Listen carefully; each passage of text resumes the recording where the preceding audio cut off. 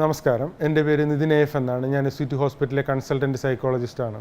ഇന്ന് ഞാൻ നിങ്ങളോട് സംസാരിക്കാൻ ആഗ്രഹിക്കുന്ന വിഷയം artificial intelligence, large language model വളരെ വ്യാപകമായിട്ട് നമ്മുടെ സമൂഹത്തിൽ യൂസ് ചെയ്യുന്ന ഒരു കാലഘട്ടത്തിലാണ് ജീവിക്കുന്നത്. പ്രത്യേകിച്ച് യങ്ങർ ജനറേഷൻസൊക്കെ തന്നെ AI ഒരിക്കലെങ്കിലും യൂസ് ചെയ്യാത്ത ആരും തന്നെ ഉണ്ടാവാനുള്ള സാധ്യത വളരെ വളരെ കുറവാണ്. അപ്പോൾ AI എങ്ങനെ കുറച്ചും കൂടെ ബെറ്ററായിട്ട് ഉപയോഗിക്കാം, അല്ലെങ്കിൽ AI ഉപയോഗിക്കുന്നത് കൊണ്ടുള്ള പ്രശ്നങ്ങൾ എന്തൊക്കെയാണെന്നുള്ളത് വളരെ പ്രധാനപ്പെട്ട ഒരു കാര്യം തന്നെയാണ്. അപ്പോൾ സൈക്കോളജിക്കൽ പെർസ്പെക്റ്റീവിൽ നോക്കുകയാണെങ്കിൽ നമ്മുടെ ഒരു ചിന്താശേഷി അല്ലെങ്കിൽ ഒരു ക്രിയേറ്റിവിറ്റി, നോവലായിട്ടുള്ള ഐഡിയാസ്, ഇതിനെയൊക്കെ ആക്ച്വലി AI ഉപയോഗം കൂടുന്നത് കാരണം നഷ്ടപ്പെട്ടു പോകുന്നു എന്നുള്ളത് വളരെ പ്രധാനപ്പെട്ട ഒരു പ്രോബ്ലം തന്നെയാണ്. പക്ഷേ AI കൊണ്ട് ധാരാളം അഡ്വാൻറ്റേജസ് ഉണ്ട്. ഇപ്പോൾ ഒരു ടൂള് ആയിട്ട് നമുക്ക് ഉപയോഗിക്കാം റിസർച്ച് പർപ്പസിൽ, അല്ലെങ്കിൽ വളരെ ഷോർട്ട് പീരീഡിൽ നമുക്കൊരു വലിയ ഡാറ്റ അനലൈസ് ചെയ്യണമെങ്കിൽ, ഒരു ഇൻഫർമേഷൻ നമുക്ക് ക്രോഡീകരിക്കണമെങ്കിൽ, ഒരു പ്രസൻറ്റേഷൻ ചെയ്യണമെങ്കിൽ, ഷോർട്ടായിട്ടൊരു സമ്മറി കിട്ടണമെങ്കിൽ, അങ്ങനെയുള്ള പല കാര്യങ്ങൾക്ക് അക്കാഡമിക് പർപ്പസിൽ, അതുപോലെ തന്നെ നമ്മുടെ ഡെയിലി വർക്ക് എൻഹാൻസ്മെൻറ്റിൻ്റെ കാര്യത്തിലാണെങ്കിലും ഒക്കെ തന്നെ AI വളരെ വ്യാപകമായിട്ട് ഉപയോഗിക്കാൻ കഴിയുന്ന ഒരു കാര്യം തന്നെയാണ്.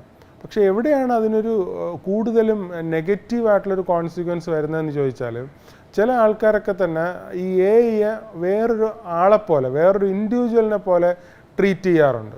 അവിടെയാണ് ആക്ച്വലി പ്രധാനപ്പെട്ട ഒരു പ്രോബ്ലം വരുന്നത്. നമ്മുടെ പേഴ്സണലായിട്ടുള്ള കാര്യങ്ങളും എല്ലാ കാര്യങ്ങളും ഡിസ്കസ് ചെയ്യുക, കമ്മ്യൂണിക്കേറ്റ് ചെയ്യുക, സംസാരിക്കുക, അതായത് വേറൊരു ഫ്രണ്ടിനെ പോലെ അല്ലെങ്കിൽ വേറൊരു ഇൻഡിവിജ്വലിനെ പോലെ നമ്മൾ സംസാരിക്കുകയും ട്രീറ്റ് ചെയ്യുകയൊക്കെ ചെയ്യുന്നത് അതൊരു തെറ്റായ പെർസെപ്ഷൻ നമ്മുടെ ഉള്ളിൽ ഡെവലപ്പ് ചെയ്യുന്നതിന് കാരണമാകുമെന്നുള്ളത് വളരെ പ്രധാനപ്പെട്ട ഒരു കാര്യമാണ്. അപ്പോൾ AI എന്ന് പറയുന്നത് എല്ലാ ടെക്നോളജി വരുമ്പോഴും അതിനൊരു അഡ്വാൻറ്റേജും ഉണ്ടാവും, അതുപോലെ തന്നെ ഒരു ഡിസഡ്വാൻറ്റേജും ഉണ്ടാവും. നമ്മൾ എപ്പോഴും ശ്രദ്ധിക്കേണ്ടുന്ന കാര്യം അഡ്വാൻറ്റേജസ് മാക്സിമം ബെനിഫിഷ്യലായിട്ട് ഉപയോഗിക്കുകയും അതുപോലെ തന്നെ ഡിസഡ്വാൻറ്റേജസ് നമ്മൾ തിരിച്ചറിഞ്ഞ് അത് മാറ്റി നിർത്തപ്പെടുകയും ചെയ്യേണ്ടത് വളരെ പ്രധാനപ്പെട്ട ഒരു കാര്യം തന്നെയാണ്. അപ്പോൾ ആർട്ടിഫിഷ്യൽ ഇൻ്റലിജൻസ് എന്ന് പറയുന്നത് ഒരിക്കലും ഒരു ഹ്യൂമനെ റീപ്ലേസ് ചെയ്യുന്നത്, അല്ലെങ്കിൽ ഒറിജിനലായിട്ടുള്ള തോട്ട്സിനെ റീപ്ലേസ് ചെയ്യുന്നത് ഒരിക്കലും ബെനിഫിഷ്യൽ ആയിരിക്കില്ല എന്നാണ് ഞാൻ വിശ്വസിക്കുന്നത്. അപ്പോൾ അതുകൊണ്ട് AI നമ്മൾ കൂടുതലായിട്ട് ആശ്രയിക്കുന്നതിനകത്ത് ഞാൻ തെറ്റൊന്നും പറയുന്നില്ല. പക്ഷേ അത് ഡിസിഷൻ മേക്കിംഗ് അതിൻ്റെ ബേസിൽ എടുക്കുമ്പോൾ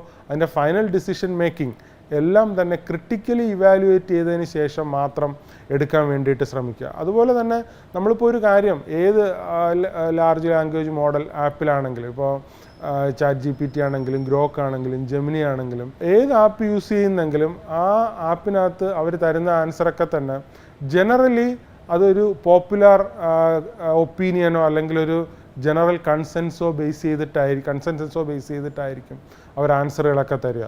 അപ്പം ട്രൂത്തും റിയാലിറ്റിയും അത് തന്നെ ആണ് എന്ന് നമുക്ക് ഉറപ്പിച്ച് പറയാൻ കഴിയില്ല എന്നുള്ള വസ്തുത എപ്പോഴും നമ്മൾ മനസ്സിലാക്കിയിരിക്കേണ്ടുന്ന ഒരു കാര്യമാണ്. അപ്പോൾ റിയൽ ആയിട്ടുള്ള ഒരു ജെന്യൂൻ ആയിട്ടുള്ള ഒരു ട്രൂത്ത് സീക്കറെ സംബന്ധിച്ചിടത്തോളം അത് ക്രിട്ടിക്കലി ലോജിക്കലി ഇവാലുവേറ്റ് ചെയ്യുക എന്നുള്ളത് വളരെ വളരെ പ്രധാനപ്പെട്ട കാര്യമാണ്. അപ്പോൾ ഒരിക്കലും ഹ്യൂമൻ ബീയിങ്ങിനെ റീപ്ലേസ് ചെയ്തുകൊണ്ട് ഒരു ട്രൂത്തിൻ്റെ അല്ലെങ്കിൽ ഒരു റിയാലിറ്റിയുടെ ആർബിട്രേറ്ററായിട്ട് AI മോഡലുകളെ, ലാംഗ്വേജ് മോഡലുകളെ ഒന്നും കാണരുത് എന്നുള്ളതാണ് വളരെ പ്രധാനപ്പെട്ട കാര്യം. അതേസമയം അതിൽ നിന്നുള്ള എല്ലാ അഡ്വാൻറ്റേജസും നമ്മൾ യൂസ് ചെയ്ത് നമ്മുടെ ലൈഫ് കുറേ കൂടെ ബെറ്റർ ആക്കുന്നതിന് വേണ്ടിയിട്ട്, ഹെൽപ്പ് ചെയ്യുന്നതിന് വേണ്ടി യൂസ് ചെയ്യുന്നത് എപ്പോഴും നല്ലതാണെന്നാണ് എനിക്ക് നിങ്ങളോട് പറയാനുള്ളത്. Thank you so much.